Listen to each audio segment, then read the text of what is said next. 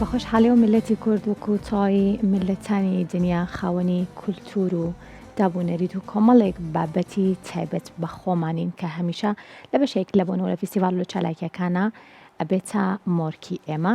فیستیڤالی هەمە جەژنەی کولتور و ڕۆشنبیری و هونەرە میلیەکان کە تایە دەرفەت بوو بۆ بەشێک لەو گروپ و لەو کەسایەتی هەرە دیارانەی کە خەمخۆرن و گرنگی ئێن هەم بەجل بە خواردن بە کللتور و بەدابوونەریتە کوردەکان دیارە بە خۆشحاڵیەوە بۆ ئەم ساڵ ئەم فیستیڤالە لە نێو شارە قەشەنگەکەی هەولێرە بەڕێوەچوو.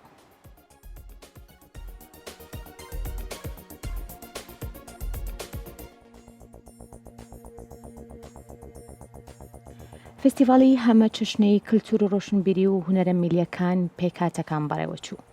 لە فستیڤالەکەدا هەریەک لە تیپی نەتەوەی هونەرە میلیەکانی هەولێر، تیپی نەتەوەی هونەرە میلیەکانی تورکمان، تیپی فولکلۆری عراقی، تیپی هونەری شنگال، تیپی بابولحەڕەی شام و تیپی سریان بۆ هونەرە میلیەکانی قەرەقوش بە چەند تابلۆیەکی هەڵپەرکێ و گۆرانی و جلوبەرگی ڕەسەنایەتی تایبەتی خۆیان بەشدار بوون.